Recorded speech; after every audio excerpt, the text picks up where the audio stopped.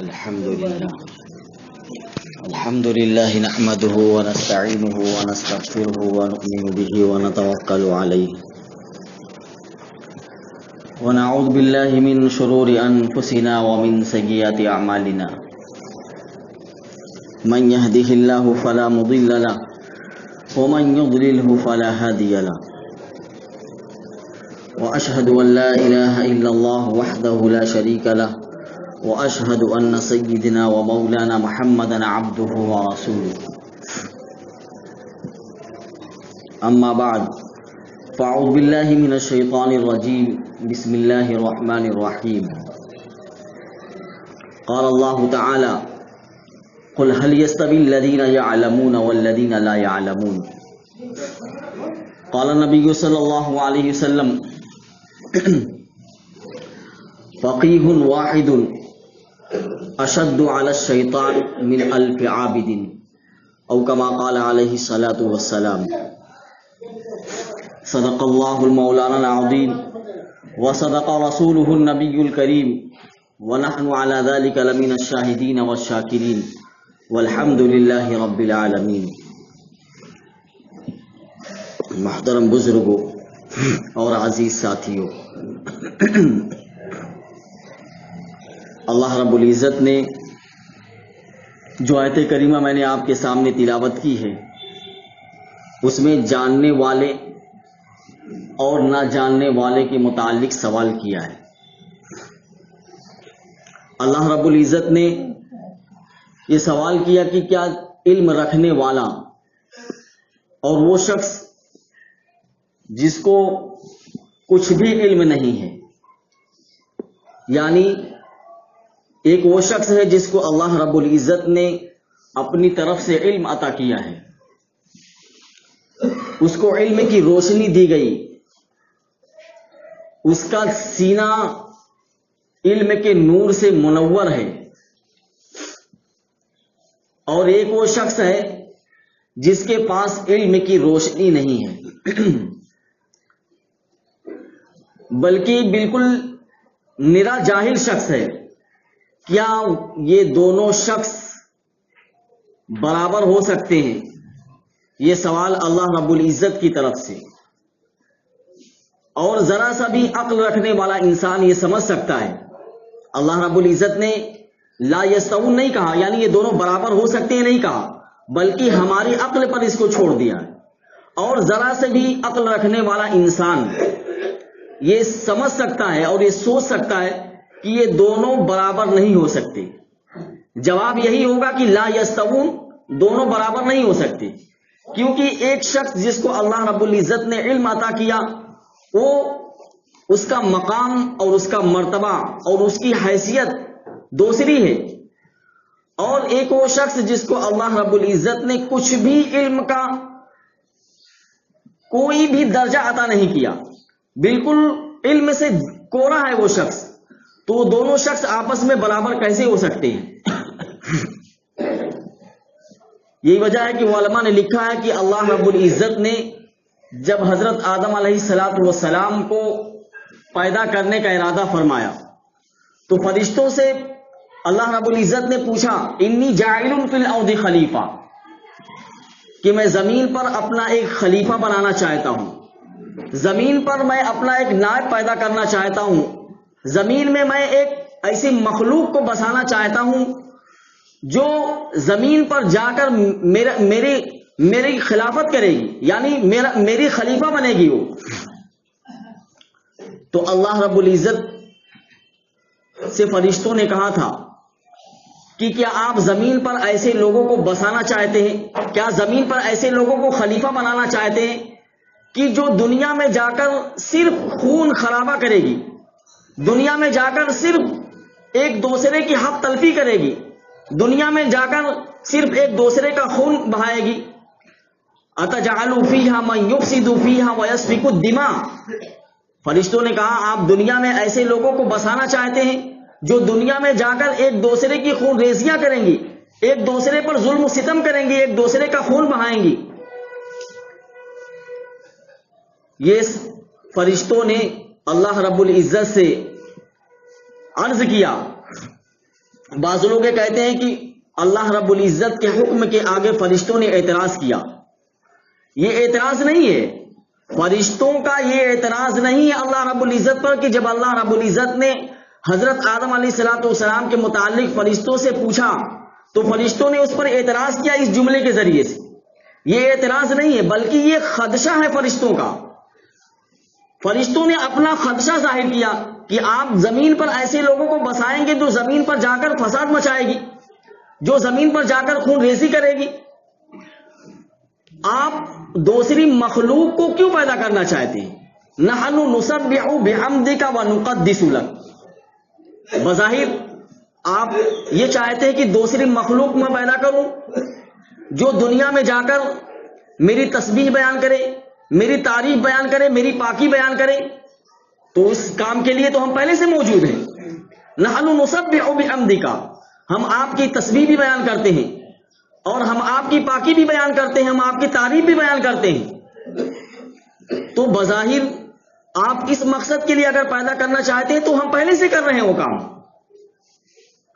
لیکن اللہ رب العزت نے اس انسان کو چونکہ اشرف المخلوقات بنانا تھا، اللہ رب العزت نے اس انسان کو تمام مخلوقات میں سب سے افضل بنایا.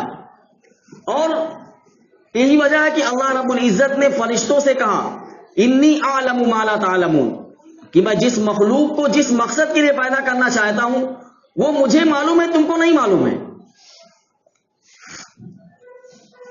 اللہ رب العزت نے انسان کو فضیلت اور برتری دینے کے لیے اللہ رب العزت نے حضرت آدم علیہ السلام کو کچھ چیزوں کا ایک علم عطا کیا.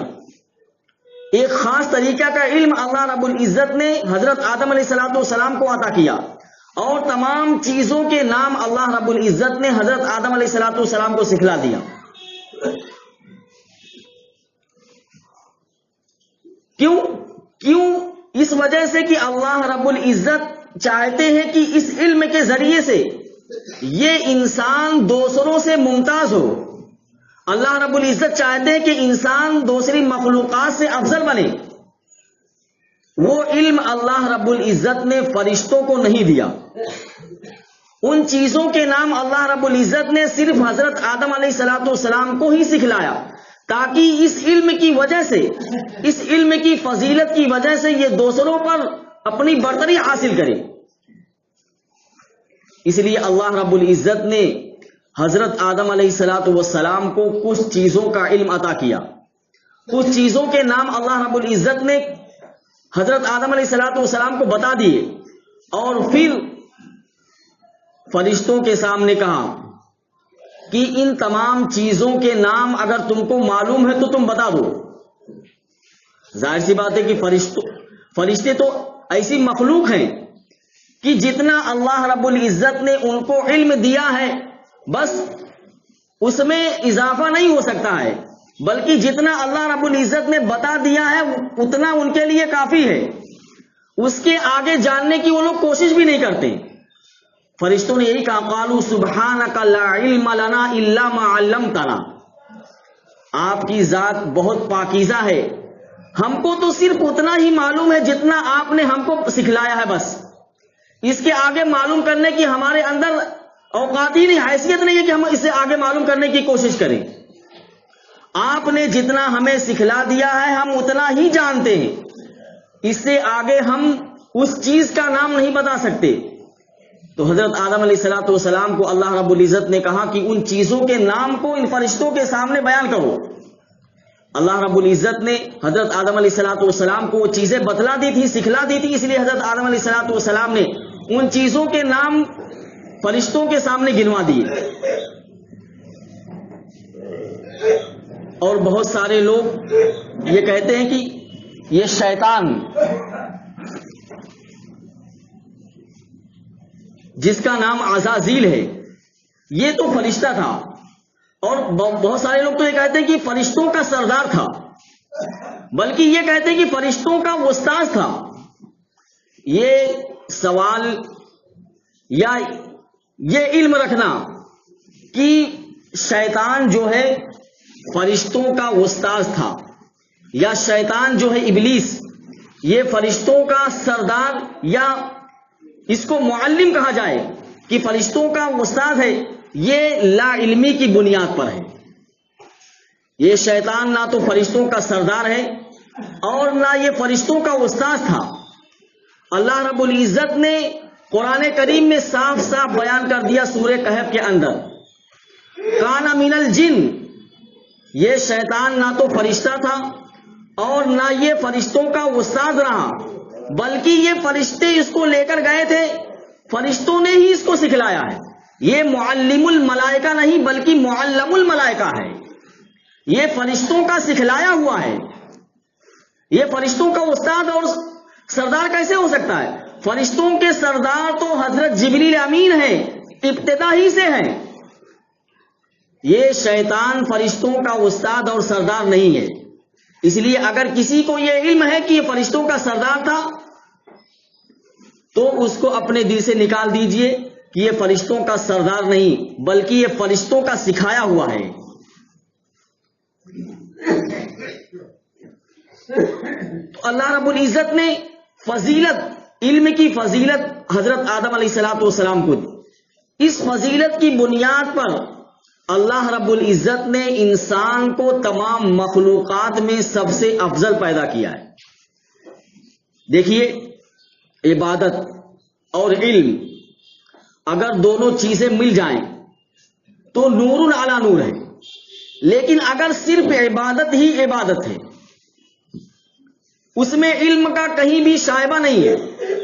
ایک آدمی جو ہے بہت بڑا عابد ہے، پانچوں نماز کی پابندی کرتا ہے، پانچوں نماز کی پابندی کے علاوہ ذکر و تسبیحات کی بھی پابندی کرتا ہے، اسی طریقے سے تہجد کی بھی پابندی کرتا ہے، یعنی اکثر اوقات وہ اللہ رب العزت کو راضی کرنے میں ہی گزار رہا ہے، لیکن اس کے پاس علم نہیں ہے۔ تو شیطان اس کو کبھی بھی اپنے چنگل میں پھنسا سکتا ہے۔ کیوں؟ کیونکہ اس کے پاس دین کا کچھ بھی علم نہیں ہے۔ ہاں، وہ جو عبادت کر رہا ہے، وہ جو نمازیں پڑھ رہا ہے، اس کا ثواب اس کی ذات تک ہے۔ یقیناً عبادت کا ثواب بھی بہت بڑا ہے۔ عبادت انسان کرتا ہے تو اس پہ اس کو ثواب حاصل ہونا ہے، لیکن اگر اس کے ساتھ علم نہیں ہے تو کبھی بھی انسان اس کو اپنے چنگل میں پھنسا سکتا ہے اور کہیں بھی عہدے میں اس کو گرا سکتا ہے۔ حضرت تھانوی رحمت اللہ علیہ نے اپنی کتاب میں بہت سارے واقعات ایسے ذکر کیے کہ شیطان نے صرف جو عابد تھا محض، یعنی اس کے پاس دین کا کوئی علم نہیں تھا، دین کے علم سے بالکل کوڑا تھا اور بہت عبادت گزار اور بہت ذکر و تسبیحات کی پابندی کرنے والا، لیکن شیطان نے اس کو عہدے منہ گرا دیا۔ ایک واقعہ لکھا حضرت نے کہ ایک صوفی صاحب تھے، بہت مشہور تھے، یعنی ان کا نام اس علاقے میں بہت مشہور تھا کہ بہت پہنچے ہوئے اللہ والے ہیں۔ ایک عالم کا وہاں سے گزر ہوا تو ان بزرگ کے بارے میں انہوں نے معلوم کیا کہ یہاں اطراف میں اور علاقے میں جو ہے ان کا نام بہت مشہور ہے، میں ان سے ملنا چاہتا ہوں۔ تو ان کو لے کر گئے وہاں، وہ جہاں وہ رہتے تھے ایک بالکل گاؤں سے الگ تھلگ ایک جگہ تھی، یہ سمجھ لیجئے کہ پہاڑی علاقہ تھا۔ وہ اس علاقے میں گئے تو دیکھا کہ ان اللہ والے کی جو ہے آنکھ پر جو ہے پٹی بدھی ہوئی اور کان میں جو ہے ڈانٹ پڑا ہوا ہے، ڈانٹ جو ہوتا ہے کسی چیز کا، انہوں نے ڈانٹ ڈال رکھا ہے، اور اسی طریقے سے ناک میں جو ہے کوئی روئی کا فاہا جو ہوتا ہے یا کوئی بھی چیز ناک میں انہوں نے ڈال رکھی ہے۔ ایک آنکھ پر پٹی اور ایک کان میں روئی کا فاہا اور ایک ناک کے سوراخ میں، ناک کا 2 سوراخ ہے، اس ناک کے 2 سوراخ میں سے ایک سوراخ میں جو ہے روئی کا فاہا پڑا ہوا ہے۔ دیکھ کر بڑا تعجب ہوا ان کو، کہا کہ یہ کیا حالت ہے آپ کی؟ اور آپ نے یہ حلیہ کیوں اختیار کر رکھا ہے؟ آپ اپنی آنکھ پر پٹی باندھ رکھی ہے، اپنے ہاتھ سے باندھ رکھی ہے، کوئی تکلیف ہے آنکھ میں؟ کہا نہیں۔ کہا یہ کان میں جو ہے ڈال رکھی ہے، اس سے کوئی تکلیف ہے؟ کہا نہیں۔ کہا یہ ناک کے سوراخ میں جو آپ نے روئی کا پہا ڈال رکھا ہے، اس سے کوئی تکلیف ہے آپ کو؟ کہا نہیں۔ کہا پھر آپ نے یہ حلیہ کیوں اختیار کیا ہے؟ تو انہوں نے کہا بات دراصل یہ ہے کہ جب ایک چیز سے کام چل رہا ہے تو دوسرے کو استعمال کرنے کی کیا ضرورت ہے؟ جواب دیا، جب ایک چیز سے کام چل رہا ہو تو دوسرے کے استعمال کی کیا ضرورت ہے؟ ان عالم نے کہا کہ میں سمجھا نہیں۔ ظاہر سی بات ہے، کون سمجھ سکتا ہے بھائی؟ اتنی معرفت کی بات ہے تو اس کو کون سمجھ سکتا ہے؟ اتنی اونچی بات ہی کر رہا ہے وہ۔ تو عالم نے کہا کہ میں آپ کی بات سمجھا نہیں۔ کہا بات دراصل یہ ہے کہ آدمی سنتا دو کان سے ہے، دونوں کان میں آواز آتی ہے۔ اگر ایک کان بند کر لیا جائے اور ایک کان کو کھلا رکھا جائے تب بھی آواز آئے گی۔ اسی طریقے سے اگر انسان دیکھتا ہے دونوں آنکھوں سے، لیکن اگر ایک آنکھ بند کر لیا جائے تب بھی تو ساری چیزیں نظر آئیں گی۔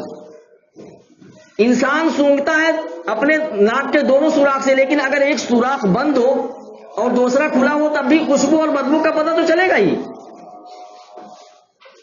تو کہا میں نے اسراف سے بچنے کے لیے حرکت کی ہے۔ کیا کیا؟ یعنی اسراف نہ ہو، فضول خرچی جس کو آپ کہتے ہیں، اسراف سے بچنے کے لیے میں نے یہ اپنا حلیہ بنایا ہے۔ ان عالم نے کہا اچھا، کتنے سالوں سے آپ نے یہ حلیہ اختیار کر رکھا ہے؟ کہا تو بہت مدت ہوگی، زمانہ گزر گیا، یعنی کافی دن گزر گئے میں اس کو اختیار کیے ہوئے ہوں۔ عالم صاحب نے کہا کہ پہلے اتنے دن کی جو نمازیں ہیں سب آپ اپنے لوٹا لیجئے۔ کہا کیوں؟ کہا اس وجہ سے کہ اگر وضو یا غسل کے اندر اگر سر کے بال کے برابر بھی، یا یوں کہہ لیجئے کہ بال کا جو آخری سرا ہے اس آخری سرے کے برابر بھی اگر کوئی جگہ بدن میں خشک رہ جائے تو وضو یا غسل نہیں ہوگا۔ اور آپ نے اتنے دنوں سے یہ آنکھ پر اور ناک میں اور کان میں جو گھسا رکھا ہے تو ظاہر سی بات ہے کہ آپ نے اس کو کبھی اتارا ہی نہیں ہوگا۔ کہا نہیں اتارا، غسل کرتے ہوئے بھی نہیں اتارا اور وضو بناتے ہوئے بھی نہیں اتارا۔ کہا آپ نے اتنی عبادت کی اپنی جگہ، لیکن جتنی آپ نے نمازیں پڑھی ہیں سب آپ کی نمازوں کی قضا کرنے کی ضرورت ہے۔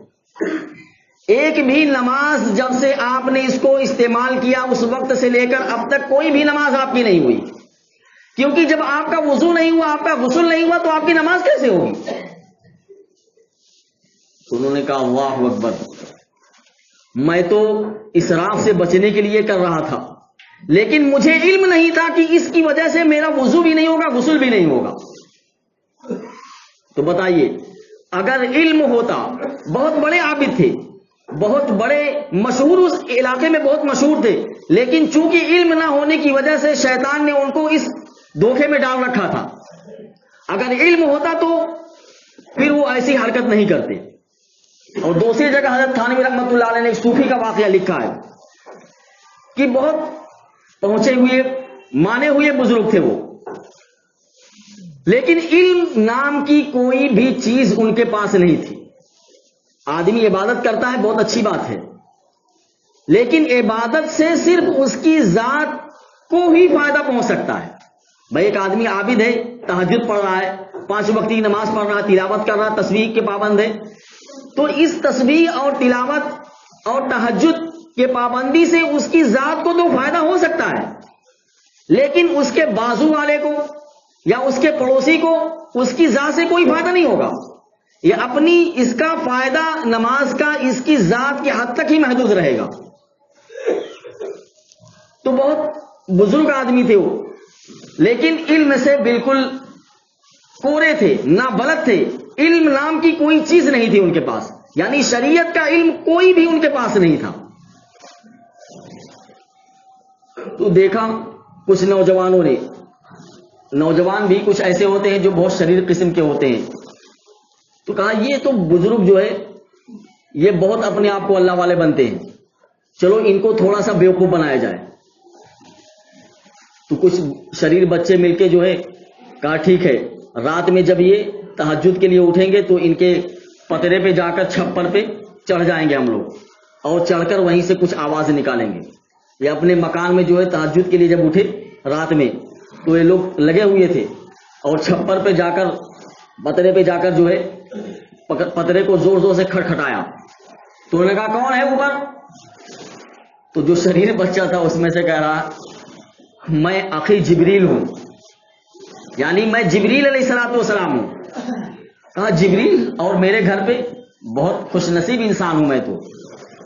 کہا اللہ رب العزت نے مجھے آپ کے پاس بھیجا ہے، اور اللہ رب العزت نے یہ کہا ہے کہ ہم تمہاری عبادت سے، تمہاری ریاضت سے اور تمہارے ذکر و تسبیحات سے بہت خوش ہیں، اور ہم آپ کی اس محنت کو قبول کرتے ہوئے ہم آپ کو یہ حکم دیتے ہیں کہ آئندہ آپ کو کسی بھی محنت کی، کسی بھی نماز کی، کسی بھی روزے کی اور کسی بھی ذکر و تسبیحات کی پابندی کرنے کی ضرورت نہیں ہے، آپ بالکل آزاد ہو، ہم نے آپ کی ساری چیزوں کو قبول کر لیا ہے اور باقی زندگی آپ آرام سے گزارو۔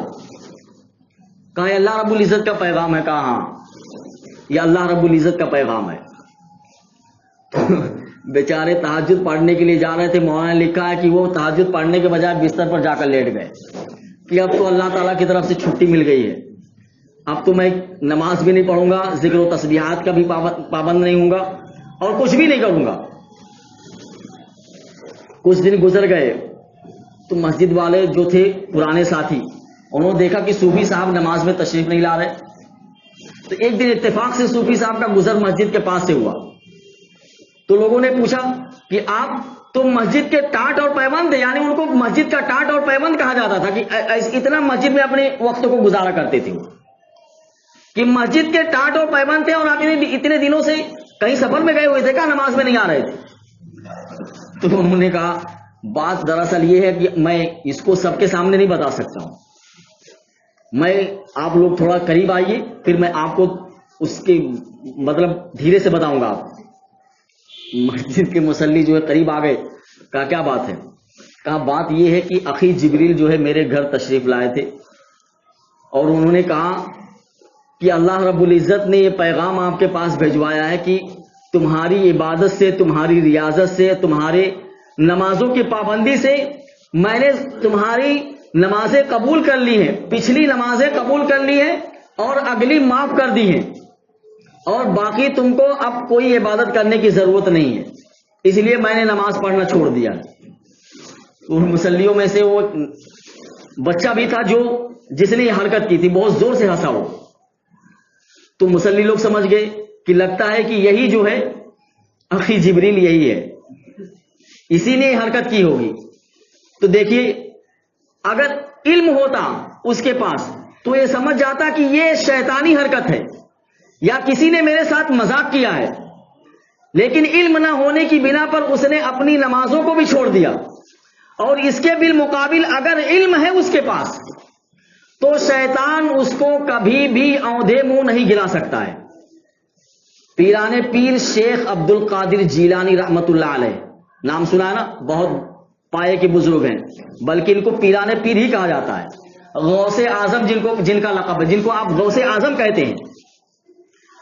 پیران پیر شیخ عبد القادر جیلانی رحمت اللہ علیہ کے پاس ایک مرتبہ شیطان نے ایسا حربہ استعمال کیا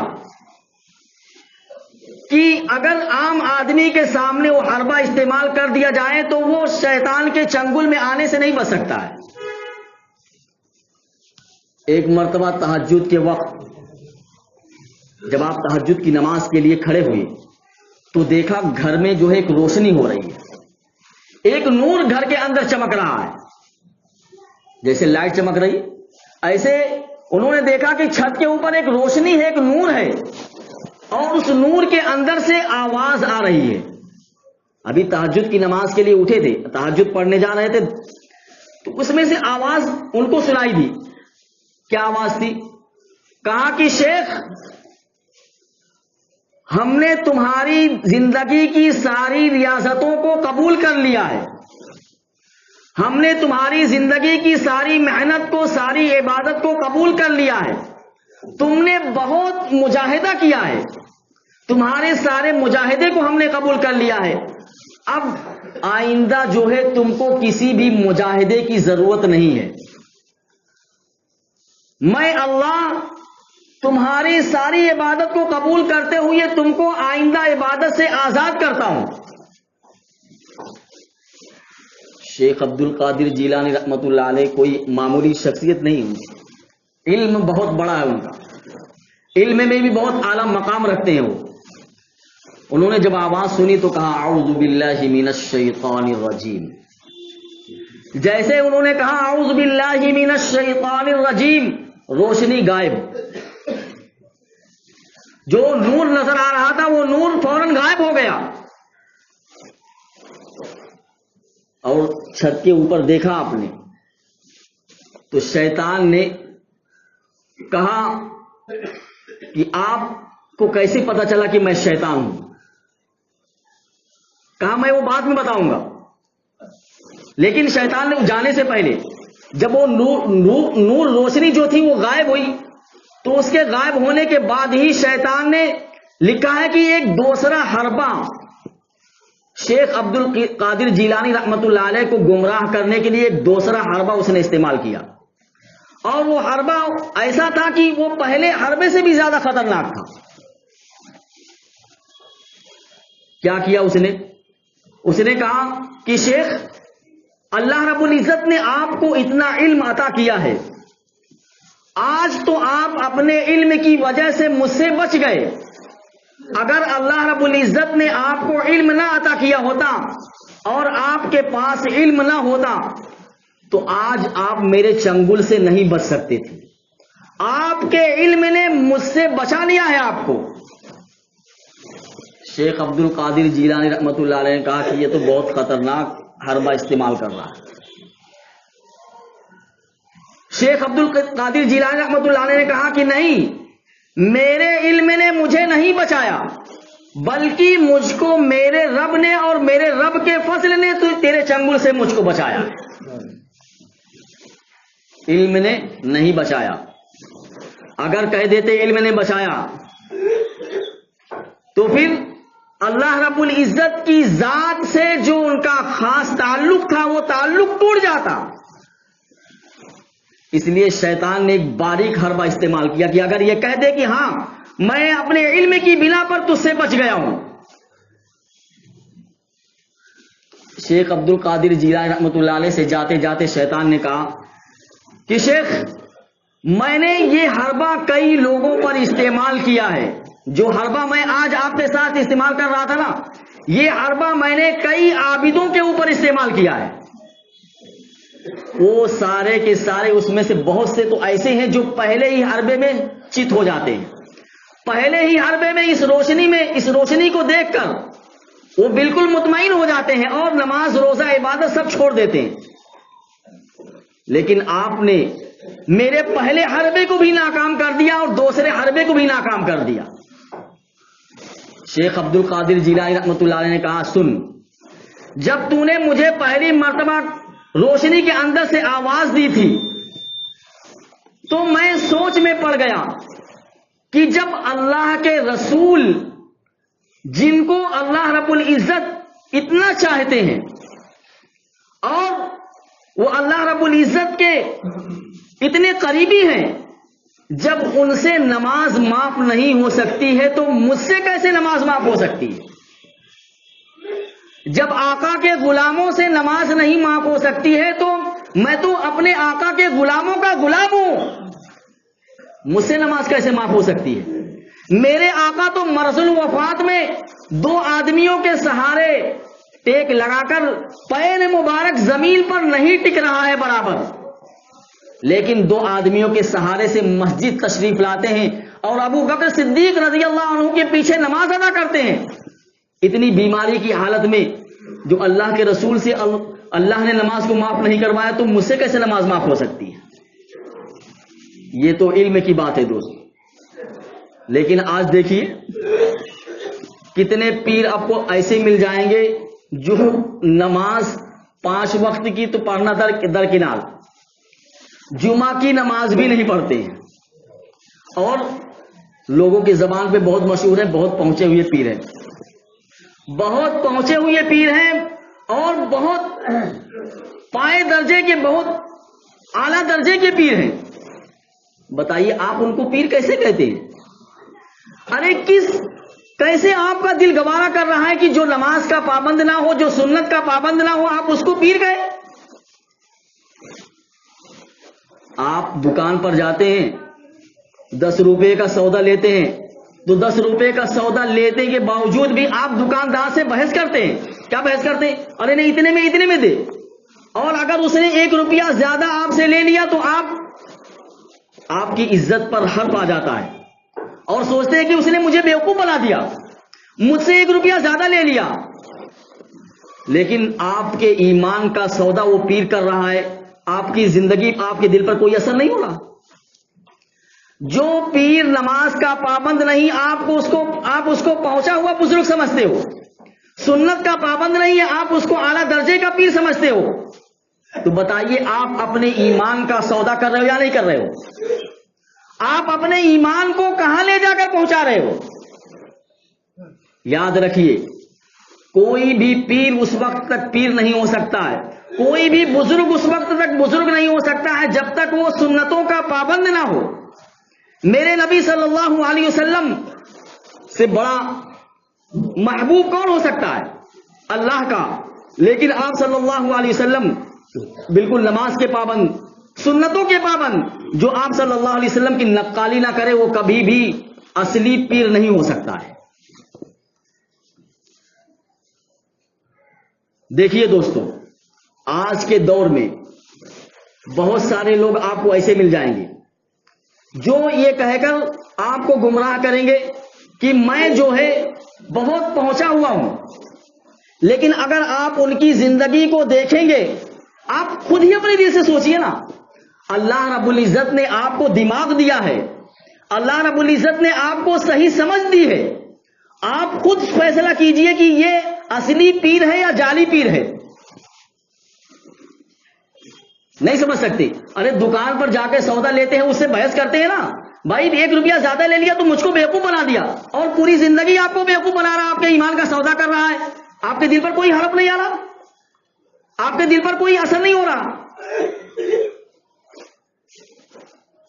بہت سارے ملیں گے آپ کو، کہیں گے میں بہت پہنچا ہوا ہوں، لیکن آپ ان کی زندگی کو دیکھیں گے تو نماز کچھ بھی نہیں، اور نماز تو چھوڑ دیجیے، دنا دن سگریٹ پی رہا ہے، سگریٹ بھی پی رہا ہے، اور اپنے آپ کو پیر کہہ رہا ہوں، کہتا ہوں نماز پڑھوں، نماز تو میں حرمین شریفین میں پڑھتا ہوں۔